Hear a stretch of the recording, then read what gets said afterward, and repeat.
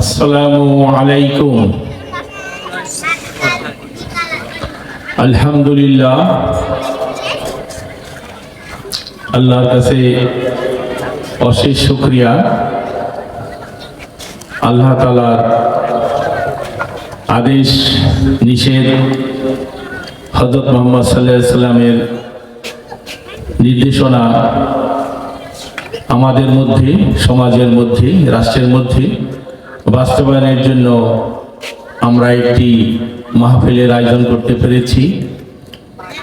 এজন্য আল্লাহর শুকরিয়া আদায় করি। আলহামদুলিল্লাহ,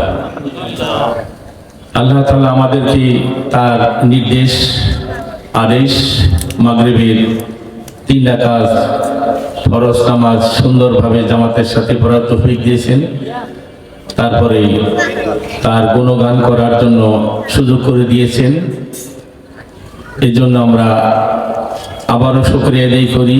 আলহামদুলিল্লাহ, শত দরুদ ও সালাম বর্ষিত হোক সর্বযুগের সর্বশ্রেষ্ঠ মহামানব হযরত মুহাম্মদ সাল্লাল্লাহু আলাইহি ওয়াসাল্লামের উপর। আমি সকলকে এই মাহফিলে স্বাগত জানাচ্ছি।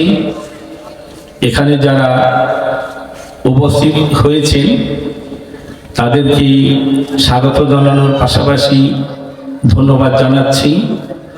সেই সাথে পর্দার অন্তরালে যে সকল মা বোনরা আছেন,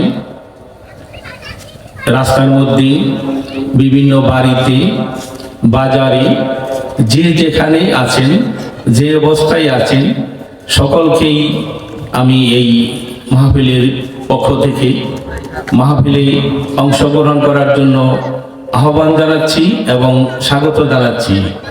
যাদের পক্ষে সম্ভব তারা মেহেরবানি করে প্যান্ডেলে চলে আসুন, মহিলারা মহিলা প্যান্ডেলে এবং পুরুষরা পুরুষ প্যান্ডেলে। আর যাদের পক্ষে আসা সম্ভব না তারা যেখানে আসেন মেহেরবানি করে সেখানেই মনোযোগ সহকারে কথা শোনার চেষ্টা করেন।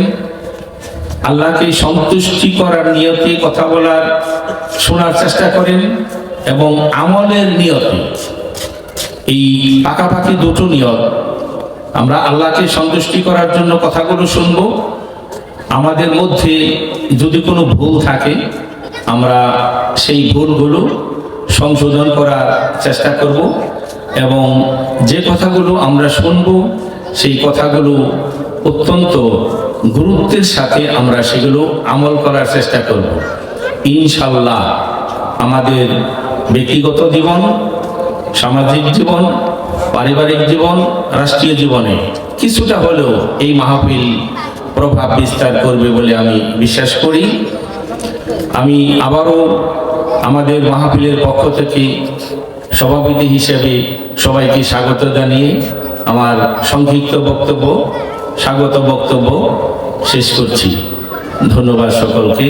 আসসালামু আলাইকুম।